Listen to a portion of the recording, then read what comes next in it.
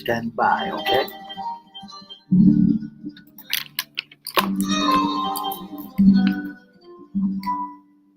Where I am now, better than before, through those open doors. Where I am now, where I am now, I'm in a special place.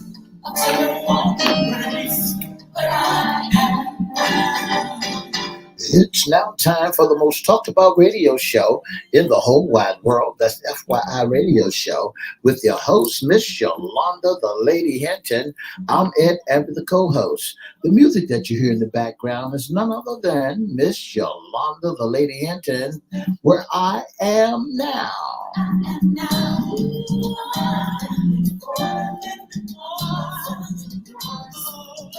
And if you'd like to see us live in WGPL 1350 studio, WMVA 88.9 studio, all you have to do is go to Edward Everett's Facebook page or Miss Yolanda, the Lady Hinton Facebook page. And guess what?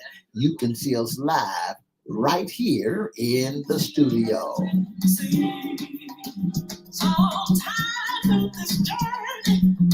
And if you want to hear us all over the world, all you have to do is go to WPCE1400.com or WGPL1350am.com and click and listen live.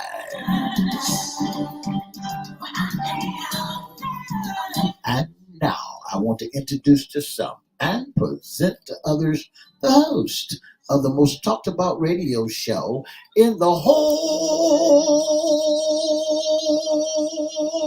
wide world, Miss Yolanda, the Lady Hinton, and a pleasant good morning to you. Good morning, Mr. E. It's a beautiful day in the neighborhood. Would you, could you, will you be my neighbor? Let's welcome our neighbors. Let's welcome WGPL 1350 AM listeners. Peace, 95.3 FM, WPCE 1400 AM, and WMVA 88.9 FM. Facebook Live is on and popping. Let's also welcome Twitter, LinkedIn, YouTube, and Instagram. Make sure you like, share, comment, and subscribe. We'll shout you out later on in the show.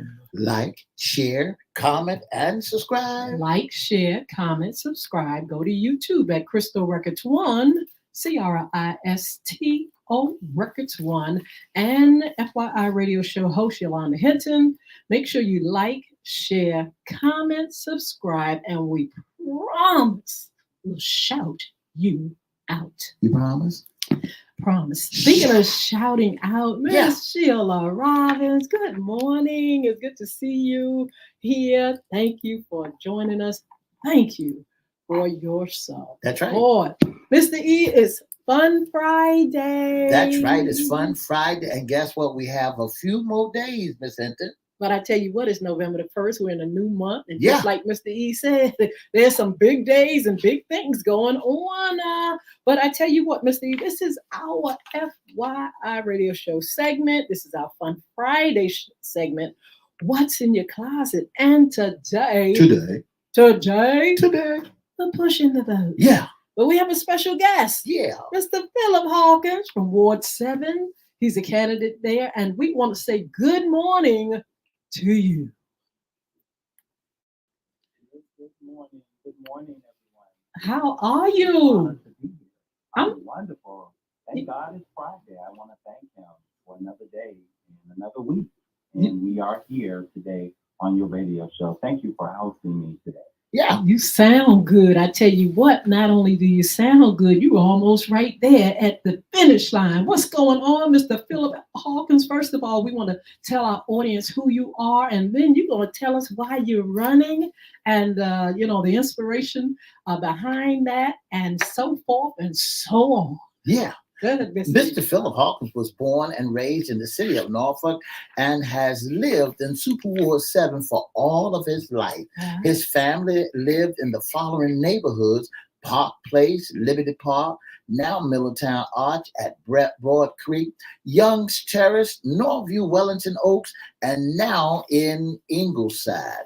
He received his formal education from the Norfolk Public School and a proud graduate of the Northview High School Pilots. At Northview High School Pilots, Philip earned his Bachelor of Science degree in Business Finance, his teaching certificates in early childhood education, and his Master's of Art degree in urban education and school leadership, pre-K through 12, all from Norfolk State University. Right now, Norfolk State University. Also, his civic engagement, community service, advocacy, and leadership. He's had a distinguished level of experience in civic engagement and has served on the local and state advisory committees and boards as an active civic and community leader. As president and current board member of the Ingleside Civic League, the first vice president of Norfolk Federation of Civic Leagues, appointed as a member of Norfolk Environmental Commission, a member of the Neighbors Building Neighborhood Steering Committee, a member of the NPS School Facility Advisory Committee, and so forth and so on. Yeah. Philip, you are busy man. But also, I wanted to say this too, and I love this part too. Philip is the vice principal over there at what school, Mr. E? He's the vice principal at PB Young Elementary School. Yeah. Congratulations for all your accomplishments, and thank you again for being on FYI. Philip, not only are you engaged in a lot of civic things and advocacy, and you've educated yourself, and you've just really done well. Tell us why you are in the race. Thank you so much for that wonderful introduction, and I'm just honored to be here. I'm a public servant. That's what I've always been all of my life, through my early upbringing in church. I was a proud member of the Abyssinia Baptist Church in Park Place, where at that time it was the pastor Frank Gunn. Dr. Gunn was the pastor, and that's the church I was baptized in. Like you said, the journey of my life has just been about giving back to the community. I learned that at an early age through church, through service, through outreach, through the work in my educational studies in Norfolk Public Schools, and then on to Norfolk State University, and then becoming a proud member of the business sector. I did work for about 5 years out of college in banking here in downtown Norfolk. I worked for Nations Bank at that time, Bank of America, but I wasn't happy with that career at that time. It was a beginning entry-level position, but I felt that God wanted me to do more, and I decided to become a career switcher, and I became a teacher. Yes. And so through my service to young children for over 27 years, that has propelled me to a work of civic service and duty for our community, helping our youngest citizens be the most productive and realize their full potential. But I didn't stop there. I became a civic leader in the city of Norfolk, and I'm very proud of that record, serving as a civic league member, board member, civic league president, and worked in Ingleside for over 15 years. Currently still on the board, but basically recognizing through all of that service, advocacy was one of the things that I took pride in, recognizing that we needed to use our voices to be engaged with our city. When we see there's a problem, it's so important for us to speak up and to speak out and to work with our leaders to help find solutions. And so I'm very proud that over the years, that's just what I did. Working in Ingleside, working with the light rail system project that was started over 10, 15 years ago, that project was very significant to our city. And it's not the end, but of course, it's the future when we think about transportation, being multimodal in the city. Ingleside was very instrumental in helping to reshape what that final project looked like during my time involved in that as a community member, also as a civic leader and a president of that civic league. So, which brings me to where we are now. This election is coming, Yes. 4 days away. Yes. And of course, we have early voting still going on today and tomorrow. So we know over 63 million people have already voted across this country. Yes. And so Virginia and Norfolk, we must not miss out on this early opportunity. Let's not take for granted the right to vote, because we know our forefathers sacrificed when we weren't at the table. We were not allowed to vote equitably and equally in this country.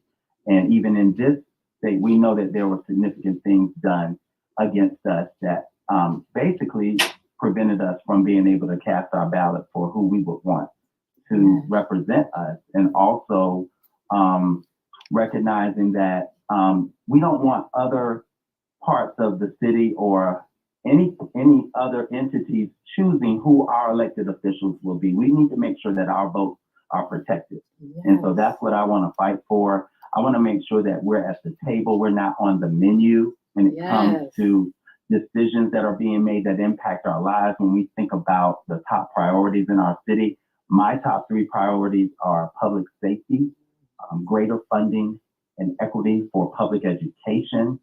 I feel that if we get those 2 right, we're going to be able to move into finding options for affordable quality housing, because with education and looking at other options for success for our children, they will be able to command the jobs that need to come to Norfolk. We will be able to have a strong and a strong workforce that will be able to contribute to this local economy and keep our taxes low. And we can build affordable quality workforce housing that we can be proud of in this city, and not just in certain parts of the city. We want to see all of the city thrive. So I'm looking through a lens of equity, access, and opportunity. We commonly now refer to it as diversity, equity, and inclusion. But we know equity is going to be key. That's on the ballot on Tuesday, November 5th. And of course, it ties into economic development and growth, and of course, protecting the environment. So those are the issues that matter to me. And I've been talking to voters all across the city of Norfolk for the last 9 months since this race started in early January, February. And their top issues are public safety, and education and housing. Housing is a big concern.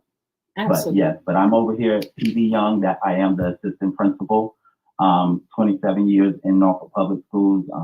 This is my 4th year as an administrator, educator, leading our schools with my proud principal, Ms. Candace Driver. She's the principal of our amazing Equity and Excellence Learning Center program school here. You know, Mr. Hawkins, when we begin to talk about you being part of Super Ward 7, you know, that's the ward that I live in. And I am, and I'm thankful for you being a part. There's some concerns about Super Ward 7 that I heard a lot of chatter around the community, is the safety and seniors coming out back on their front porches and being able to, you know, walk around, and the children go to school without any of this problem. What are some of the things that you would plan to do to help the community to be a safe and wholesome environment? Excellent question, because that's one of my top priorities, to make sure that we feel safe in the city. I feel that if we don't feel safe in our homes, or when we're moving about the city in our neighborhoods, in transition, driving, commuting, if we use public transportation, wherever we are, we're out to enjoy ourselves with the wonderful arts and culture opportunities in our city, entertainment, tourism. We will not be able to thrive, because we're going to always wonder, will I go home, or will something happen while I'm out carrying on my life, going about my business, our business as citizens, with our families, our friends. So that's very important. One area I want to see, because we've seen a high surge of gun violence that's impacting our youth. Yes. And so that's one of the things that I really want to champion on city council, with working with the existing colleagues on council, to come up with some type of local ordinance. I know there are already some measures in place, but we can do more, because When we look at the news every night, we always hear about a young person or young persons who are impacted by gun violence. Yeah. And unfortunately, it's happening right in their own homes. It's happening in their neighborhoods, and it's young people against young people.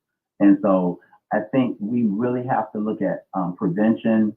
I would like to see and ensure that we're focusing on recreational opportunities, making sure all of our recreation centers and spaces in the city for youth and not only for youth, but adults and seniors, they're open, and I know the pandemic had a huge impact on shutting everything down and restoring that after, 2.5 years, but we must come back together. We must ensure that our children are protected and safe, our families. And so by ensuring that we bring forth an ordinance, I would like to see parents being held more accountable because we have to be responsible gun owners. And I do support the Second Amendment. However, we must be responsible because if we don't lock up our firearms, all we have to do, and now the safety locks are free. Yeah. So there's no excuse why an adult and children don't have the capacity at their stage of development to know the danger, like what would happen if I put my hands on that gun, and then if it's loaded, what could happen? And so because they see so many images in social media and on, news media outlets, there's so much out there that our children take in now.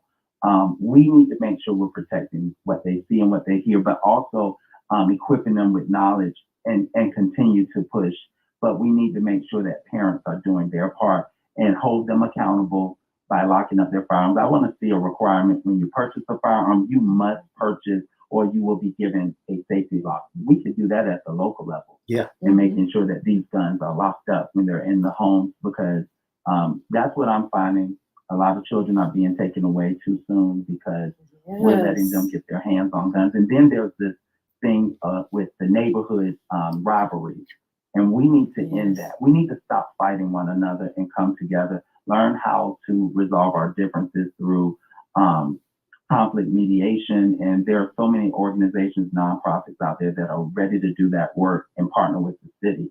I would like to see us do more of that partnership with our 501c3 organizations that are on the ground. They understand the needs of the community. And so we need to make sure that they have some grants.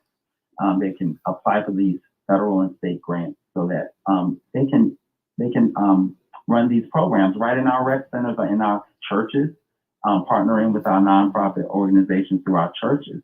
That's also another opportunity. Yeah, that's what I would like to do. Yeah. Mr. Hawkins, please let us know what the schools can do in teaching kids about the election process, voting. I mean, is that something that is discussed in the schools? And how do you keep the kids from looking at the environment and saying, well, look, you all are bickering and fighting and this? How do you smooth things over in the schools, talk to parents and kids about this election process? Well, it is important. Part of our job as educators is to ensure that we're teaching children how government works. Mm-hmm. It is part of the curriculum with the state standards of learning, the SOLs. However, with the SOLs, it's a minimum amount when we think about how much time we spend on that portion of civics and teaching citizenship. I think that's very important. We must bring that back. I would like to see the school board, while I'm running for city council, I would love to see the new members of the school board as well as the existing members in partnership with the administration to work towards adding more to our local curriculum. We can do that at the local level. We can go above what the state requires at the minimum. We don't have to stay at the bottom. We can go higher than what is expected. And I think we should, because it's unfortunate when a young person, they get to high school and they still aren't aware of how the local government is structured. They may not know there is a mayor who is in charge of a body of representatives in their city who they can go to have a conversation about concerns and issues that impact their lives in their city, in their neighborhood. And so when they see, when they don't know that, that's problematic to me. When they don't know the name of that person who's been elected to represent them, that's a signal that there's a lack of engagement. And so I would definitely like to see more engagement. My plan is to go out into the community at least every other month, bi-monthly or quarterly, and host town hall meetings. They can be virtual as well, so it can be convenient for all citizens who lead busy lives. We all are very busy, but it's very important to work with our civic leagues. They do the work in our neighborhood. So I encourage all citizens, find out the name of your civic league. If you're, whatever the name of your neighborhood is, you most likely have a civic league, or you may have an inactive civic league. Yes. Civic leagues help teach civics. They talk about that. Now, they don't take a position on who you should vote for, but they are engaged with the elected officials, and they can advocate on your behalf if there are needs in your community, whether there may be infrastructure needs with new roads needed or sidewalks, also with other amenities that would help improve the quality of life, recreation centers, as I mentioned before, also schools. Many of our neighborhoods in Norfolk have a neighborhood school, and those schools are very important. So I think we need to look at those amenities as hubs for bringing people together to promote education and civic responsibility. Once being elected, Mr. Hawkins, what is the first thing you're going to take off on the ground doing for the communities? Well, the first thing I want to do is to go around and talk to every neighborhood. So I'm going to start on a tour to reintroduce myself once I'm elected. Many of the civic leagues, they already know me through the relationships I've established with them as a civic league president, also working on in various capacities with the city of Norfolk. What I would like to do immediately, because we are in the process, I heard you mention in my background about my role as it relates to Norfolk's strategic plan. Norfolk is currently working on a 25-year strategic plan that will be adopted next year by the time we get to the end of the fiscal year, which would end around in May, right before we enter into July 1 of 2025. So we definitely need to continue to have engagement. It's called Norfolk 2050 or NFK2050.com. You can go to that website, and it is a special page extension from the Norfolk.gov website where you can find out what people are saying about what priorities they would like to see their leaders focus on, and what vision do we see as it relates to Norfolk, as it relates to us as citizens who live here, those who work here in our city, those who come here for entertainment, for other reasons. Just Norfolk is a wonderful place to live, and we need to make sure we're focused on listening to the citizens, and your input is captured before the decisions are made on what is adopted that will determine land use, future land use in the city, and policies that will guide what is built in Norfolk and where it is built, what type of businesses we want to see. We want to see more diversity and equity and inclusion with businesses, small businesses, minority-owned and women-owned businesses, nonprofits. I would like to see that focus happen. So those are some of the things I want to continue to focus on as soon as I am elected. Mr. Hawkins, there's a lot of seniors out here that doesn't have computers, don't do anything with computers, afraid of them. Are you gonna have such a what they call a newsletter that will go out to the community so that the seniors and the community can see what Mr. Hawkins is doing for Super 7? Absolutely. I do believe in having multiple ways to communicate with the community to make sure that they are connected to information and they can access that information the way they prefer to. So I will be placing in publication a regular newsletter that will go out, that will be available at City Hall, but I will also make a concerted effort, very intentional, to go to all of the senior residents and make sure they have copies from the city of Norfolk on a regular basis, whether we decide to do the newsletter monthly or bi-monthly or quarterly. I'm thinking I'll talk with the city to see what they think is best in terms of quarterly, but it would have to be very comprehensive if we do a quarterly newsletter, because things happen in between 3 months, and I may need to do it on a monthly basis. And I would like to talk to the seniors to find out, what they would like to find out about the city, how to do different things, and access resources that would improve their lives. Absolutely. So yes, I will be doing a newsletter. Very Absolutely. good. It will be virtual, and it will be digital, and it would also be a hard copy that would be distributed to all of the senior spaces, the public spaces, recreation centers. I also would like to include the schools, because the schools are hubs where parents and families, they gather throughout the school year. Yeah. So they can get information for the city at our schools as well. I would like to see more partnerships with that. Absolutely. Tell us why folks should go to the polls, why it's important on the presidential, state, local level. Why should we go? Well, your voice matters. That's number one. Voting is what our democracy is based upon in terms of the citizens electing their representatives. So if we don't go to the polls and vote, we have countries in our world where they have dictatorships, where they have monarchies, and there's no decision on who is representing them from the citizens. We in the United States of America, we have a wonderful democracy that we need to protect. Yes. So it is imperative that everyone gets out to vote, because without your vote, you have no voice. And leadership recognizes that. And unfortunately, when we don't turn out, you don't get representation. I'm just going to be very direct about it. People will go back and say, okay, look at the precincts. The data doesn't lie.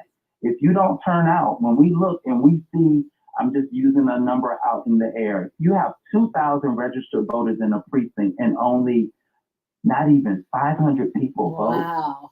That's no voice. And I've seen it happen in the city of Norfolk, where precincts do not have a large turnout. And when we look at those neighborhoods, those are the neighborhoods that are neglected, that have been left out.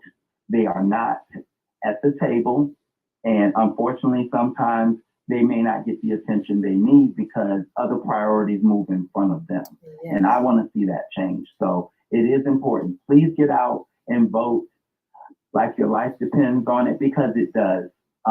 We still have early voting happening at the 5 precincts citywide. So no matter where you live, we have the citywide precincts open. City Hall has been open since September 20th. And last week we opened 4 other satellite precincts in our city. We have the Jordan Newby Anchor Branch Library in Broad Creek. We have on the northern side, Mary D. Pretlow Anchor Branch Library. And so folks in that area can go and vote there today and tomorrow. Also, you can go on the south side of the city, the wonderful communities of Berkeley, Campostella and Campostella Heights, and our Digstown area, also Oakleaf, and also Grandy. All of those areas can move and go to the Berkeley Recreation Center. You're not far from that area, depending on where you travel. But we want to make sure you get out and vote. It's 9 to 5 today. They're open now. Yes. Tomorrow, Saturday, is the last day to early vote, 9 to 5. Yes. So please go out and vote so you can take care of that. And then you can, on Tuesday, help somebody else. Yes, absolutely. Take someone to the polls. And there's another thing I want to mention, because during the pandemic, there were some blessings in the pandemic that happened. We were able, under the administration of President Biden and our leadership, when we had Governor Northam, they did provide more access to the ballot.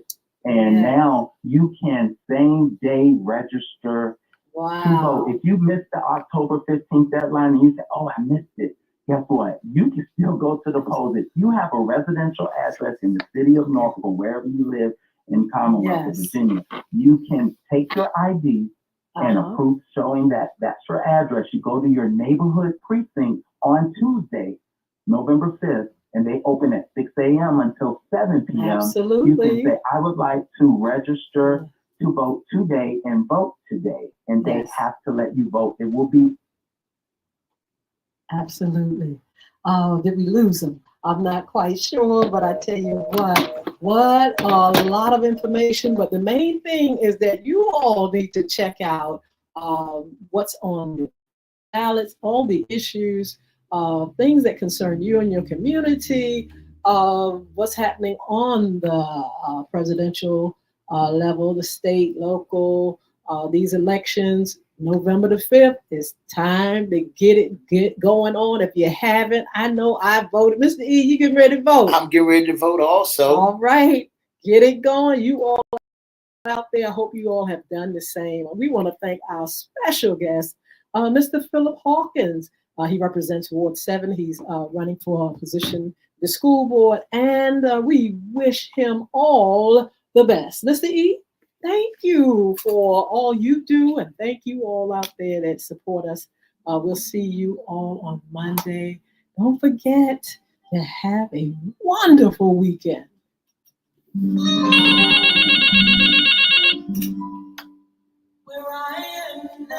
For the past 30 minutes, you've been listening to the most talked about radio show in the whole wide world. That's FYI Radio Show with your host, Miss Yolanda, the Lady Hinton.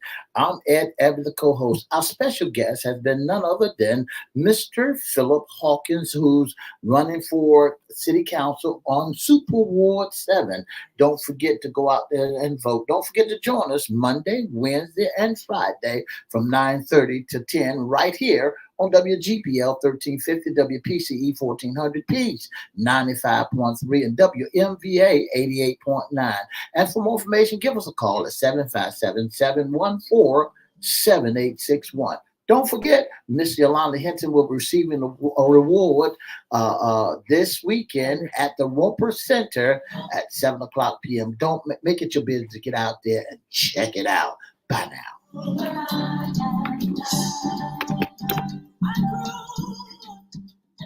All right. This has been a wonderful, wonderful, fun Friday. Our special guest, Philip Hawkins, Ward 7. He has a lot of great things that he wants to do with the community, but we want to also encourage you, and he did too, to get out there and vote. Please, and please get yourself out there, lift your voice, and say who your leaders are going to be. Also, Mr. E just mentioned the Lifetime Achievement Award presented by Archie Magazine. I'm so excited about this honor. Come out on Sunday. That's November the 3rd, Roper Theater. Hopefully they'll have tickets left, 7 p.m. Come and celebrate with me and others receiving awards. Just excited for this great, great occasion. We are in November. Yeah. This is our anniversary month. Talking about 9 years, FYI Radio Show. We want you to celebrate with us this month as well. November the 8th, I believe we started our show 9 years ago. And so we want you all to be a part of that, our little time of giving and just recapping and rewinding and looking at some of the things that we've done with FYI throughout the years and some of the great things that we will do as we move forward. We have some upcoming shows, Mr. E. We're going to have Chris Hinton. He's going to talk about real estate and first time home buyers. Of course, we're going to talk about Crystal Community Development Corporation and some of the things that's going on there. Some of the things that you can expect from the Young Women and Young Men Achieving Success program. It is not too late. We're still recruiting for these programs. And so please, parents, if you need that support, if you're looking for a great mentoring program for your children, please inbox me or write me, email Crystal, not Crystal Records, but Crystal Community at cox.net. CRISTO, Crystal Community at cox.net. You can call 757-287-6000. 6792, and you can also inquire about young men or young women achieving success program. I want to say good morning to Miss Ann Solario, Miss Tiara White, Miss LaWanda Tillett, Miss Chris Hinton, along with Miss Sheila Mr. Chris Robinson, Hinton. Miss Crystal Hinton, Where's my baby? Miss Crystal Hinton. Okay, I thought you said Miss Chris Hinton. I was like, Miss Mr. Crystal Crystal, Hinton. how Yeah. are you, baby? Yeah. All you all. Wow. Miss Thank you Sheila all. Robbins, along with Miss Denise Sherrod. Thank you What? so much for tuning in to the Oh, most talked about wow. radio show in the whole wide world. Don't Oh, forget to man. join us. Mr. Mark Howard. Did I say Mr. Yes, Mark you Howard? did. Yes, Mr. you Mark did. Howard. Thank you so much. Have you all voted? Have you all been out there? Are you going to choose the right leaders? You know, this thing is getting serious. We really want the best for this country. Mr. Hawkins talked about our democracy, and this is no joke. I mean, if you want your children and your children's children to grow up in a lot of confusion and a lot of chaos, then hey, that's going to be your choice. But if you want a place where we can get along as individuals, as we can have our rights, because some people think that these people over here should have their rights, but these folk don't deserve rights. We want everybody to have rights. So many people fought for civil rights, and we want to encourage you to pick the right leaders. Yeah. Pick the right leader. Go out there to vote. You only have a few more days to go. I believe that I'll be working the polls on November the 5th, the day of the last day, from 3:30 p.m. I'll be there passing out some flyers and encouraging you to come out there and vote. Absolutely. Don't forget, if you got to pick somebody up, give them a ride. Make it your gift to give somebody a ride. See about the seniors who need a ride. Because there's a lot of chatter sent on the street. My vote don't count. My vote don't People count. know that's So let's cut that out. Let's encourage folks to get out there and vote the devil out. That's right. And vote on all levels, on the local level, on the mayor's level, and on the presidential level. Let's get out there and VOTE. Don't forget to join us back here for Sports Talk on Monday. We got a fabulous show for you. And Wednesday, what's under the hat? I tell you what, we're going to be talking about that election and who won. Hopefully, not many are going to be under the bed shaking, because I remember one election, oh my God, people just, hair on fire. People was just a little nervous about the leadership that was put in position. But we'll see what happens. We're coming back Wednesday, and we're going to give you the rundown. Okay, so listen, don't forget to follow us on social media. Don't forget my new single, Make It All Right. You can download it wherever music is sold. And don't forget, you can be a special guest, intern, or sponsor with FYI. Let me remind you also, FYI After Dark. Now, the clocks are changing. Don't forget to change your clock. And we're going to be doing some live shows for you all on FYI After Dark. Stay tuned for the announcement when we will do that. In the meantime, we will have our replays. And don't forget, you can be a special guest sponsor intern with FYI. Just before we get ready to get out of here, I want to give some tea that Mr. LeBron James endorsed Vice President Kamala Harris on Thursday. Yes. He's with the Los Angeles Lakers. Star has been supportive of the Democratic Party. Mr. James also spoken out against former President Donald Trump. He hosted a free concert with JC in 2008 in support of Barack Obama and successfully bid for the presidency and campaign for Miss Hillary Clinton in 2016. Thank you. That's a little bit of tea for you. If you'd like to be a special guest or sponsor of the most talked about radio show in the world, all you have to do is give us a call at 757-714-7861, or you can inbox us at Edward Everett Facebook page, Miss Yolanda Hinton Facebook page, or FYI Facebook page, or you can email us at FYIRadioShowLive@gmail.com.